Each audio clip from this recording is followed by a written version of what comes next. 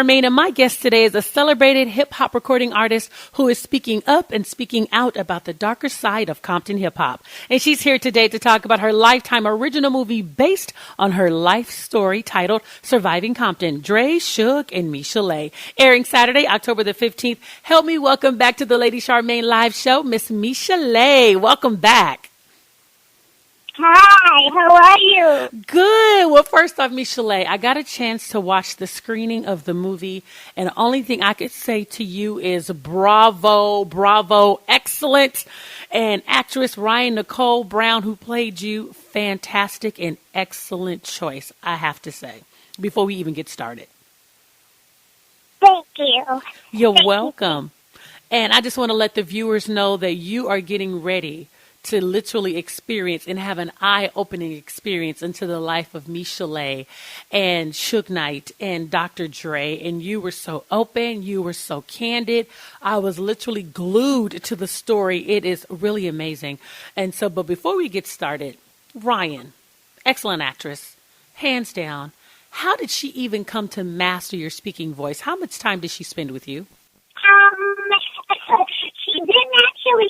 She was having a hard time at home when she was auditioning for the role, and she said she couldn't get it, and she cried one night, and she was just crying, and then it just all of a sudden she got it. And then when we were on set, she would stay in character, and the whole time she stayed in character, and it was just easy. So I had to learn how to drop and register, because I talk so excited all the time up here, and she was way up there. So I was like, okay, Ryan, we would do this someday. You talk, Ryan, when you talk, she would go, huh? And I would go, okay, let me go down here. So we wasn't cackling like, it was really weird. It was really weird. And I was like, okay. So she did an excellent job. I'm very proud of the whole cast. Were all not born, and they did a wonderful job. Even the gentleman that plays Suge Knight, I mean, he just exuded Suge. Yes, he did, didn't he? I think he's probably the oldest out of all of them. That was in the cast. But all those were just babies, and they just came along and they just embodied, our spirits and just ran with it. I was very impressed. You shared a little bit of your story when you were on R&B Divas. First off, is R&B Divas going to be coming back on? No, it's canceled. Okay. I always like to smile when I say it because I think I'm the one giving the bad news. Oh, okay.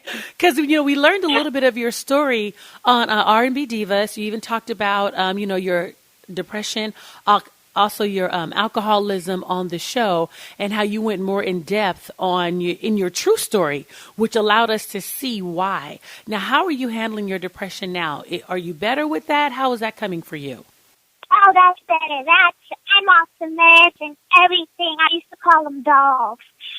Because, they give you so many to try. They have to test your system, so you're on them just for maybe a month. They say, let's see how this one do for 2 weeks. So the erratic behavior becomes even more erratic because they're trying to balance your brain. Mm-hmm. So I finally found one that worked, and I stayed on it 2 months, and then I did therapy, and now I'm okay, because I just went and just started making my mind strong with just reading books and I Ching and meditation and all that. So I'm in a good place. And good for you. Very, very proud of you. If you are just tuning in, we're talking to recording artist Michel'le. We're talking about her new Lifetime movie entitled Surviving Compton, Dre, Suge, and Michel'le. Now, is it really true that you were upset because you were not mentioned in the movie Straight Outta Compton? I wanted to ask you, was that really true? No, that was the rumor that's the media did that. I when they would ask me, I said no, I wasn't. But that's not a good story. That wasn't controversy. So they started saying I wasn't upset at all.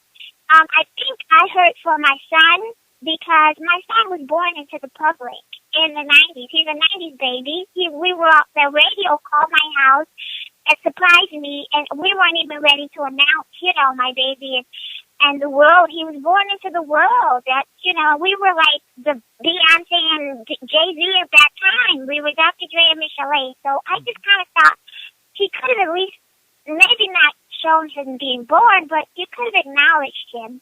He's one of the kids that they know that you have. Mm-hmm. Right. And he wasn't. So other than that, no, he didn't have to put me in his movie because that's his story just like mine. Only I wanted to put him in my story. He needed to be in my story. Now, Michel'le, you are known as the first lady of Ruthless Records. You triumphed over a life riddled with, we now know, abuse, adversity, and now you're ready to share your story with the world. Why now? Why do you want to share your story today? Well, I wasn't going to. The irony of it is that when Dre didn't acknowledge me, the public said, "Where is she? Why isn't she in this movie?" I got approached to do it, and I took the opportunity because, like Cube said, everybody could tell their story. Exactly. So I did. Yeah, and I thank them so much. I mean, they just keep blessing me. You know, I'm just grateful. I was like, I didn't pass up the opportunity. I could have said no, and I could have done a Cinderella story about myself, but I didn't. Yeah, this is no Cinderella story, I must say. Audience, it is not a Cinderella story, but you're going to see where she finds strength in the end. What gave you the strength to even share your story once you were approached? It wasn't easy. My manager, Bruce, he had to really convince me that it was the thing to do because I was thinking like, well, I don't want them to think that I'm bitter and that I want to strike back or anything. And he said, no, that's not what you want to do. That's not what you're going to do. He said, you have a story to tell because you were in that era. You're Michel'le. You had hit records. He so happened to be your producer and your fiance at the time. Suge Knight, another powerful person, Death Row Records. I mean, he said, it's time to tell it. So I said, okay. So I did. Now, you were with two very prominent men, of course, Suge Knight and also Dr. Dre. During that particular time, was there any awkwardness because you had a baby by both men? Was it awkward for you during that time, or was it just a part of what you were going through during that time? Yeah, it wasn't awkward at all because I wasn't with him at the same time, so it wasn't awkward. By the time I was with Suge, Dre was engaged to be married, so it wasn't awkward at all. No. Never was an awkward moment. Okay, because I was just wondering when you have two kids and get-togethers, if paths crossed at the house because you have two children. Okay, well, that's good to know.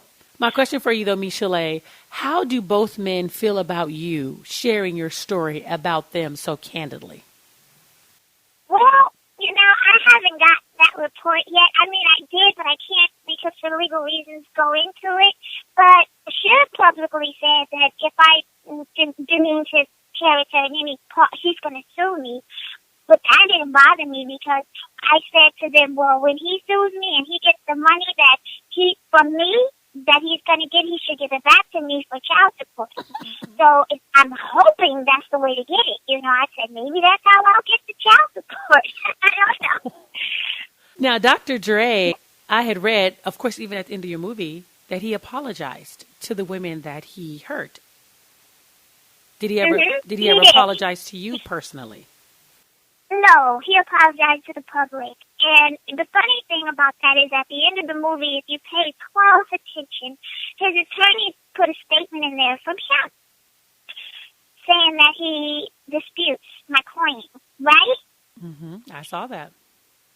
Okay, but how can you apologize to the people for you said you beat women, you were a drinker back then, you were young, and you were wild, and then turn around and say, but I didn't beat nobody. It don't make sense to me.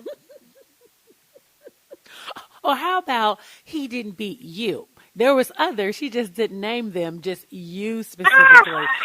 Now I get it. Thank you for explaining that to me. I think that's what he was trying to say because you put it out there. The other women haven't spoken up. But since you did, it was the others, not her. So I think that he was trying to clean that up. Oh, man, thank you, because now it sounds even dumber. I couldn't figure it out, but the way you explaining it now, it makes sense. I couldn't figure that out. I was going, well, that's it. He beat everybody else but not me. I got it. I'm glad I brought clarity today. Now, with you being in two relationships that was abusive, And I want you to kind of tell women, because you've been in both, with two different men, living through two abusive relationships. What are some of the lies that women tell themselves to remain in those abusive relationships? That they love them, that they love them. And it doesn't become that they think that they love them. We start, believing we love them. And, and then if you have a child, you try, and for the child, you go through a million. Almost every day you probably think of some reason why you're still here. And then they give you nice gifts. Some are gift givers, so you don't want to miss some gifts. And you just stay for all the wrong reasons. Plus, you don't have education. Most of the women they don't know how to do anything but shop. And then, you're destitute because they give you your money. You don't have an account with them. You doled out your money. I don't know how it is a regular man, but I know how it is with powerful men. So you just seem like they take care of you. Where are you going to go?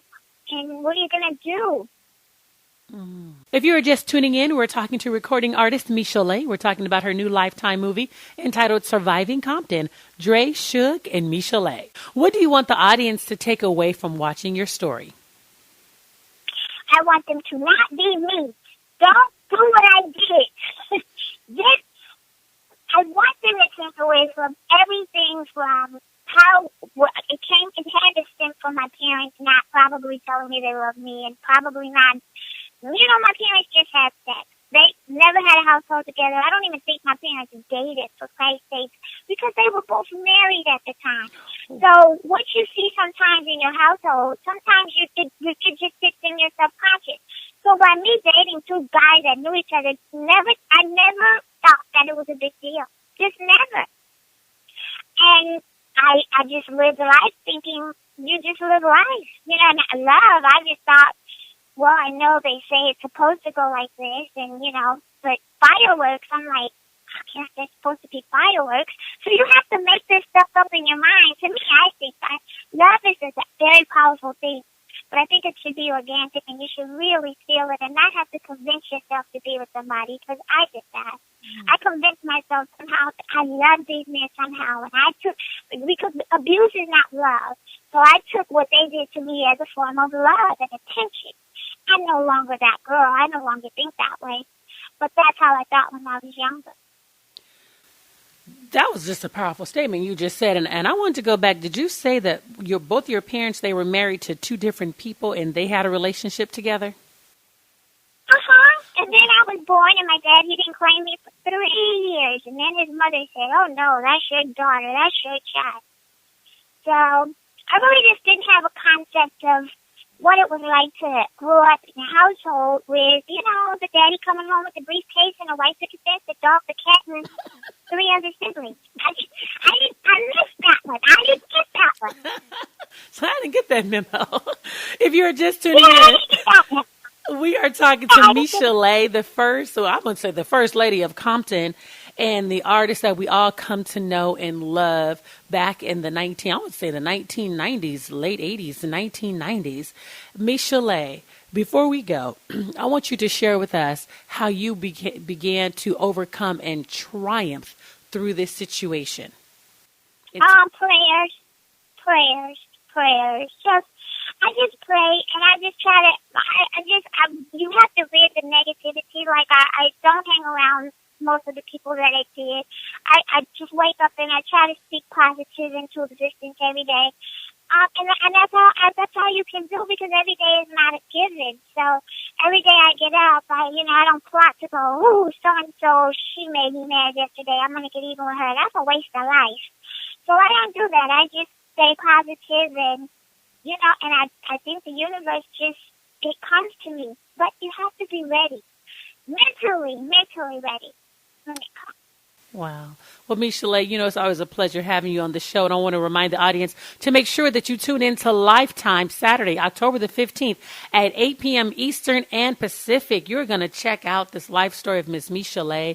It is Dre, Suge, and Michel'le. I think I might have said it a little bit backwards, but it's coming on Lifetime. It is her story that is just remarkable. It's Surviving Compton, Dre, Suge, and Michel'le, Saturday, October 15th. Again, thank you so much, and I look forward to having you back on the show. Thank you so much, and I'll be back on the show again. I'm sure I'll find some other shenanigans to get myself into. Well, I'll be waiting for your call, girl. Thank you. Bye-bye. Lady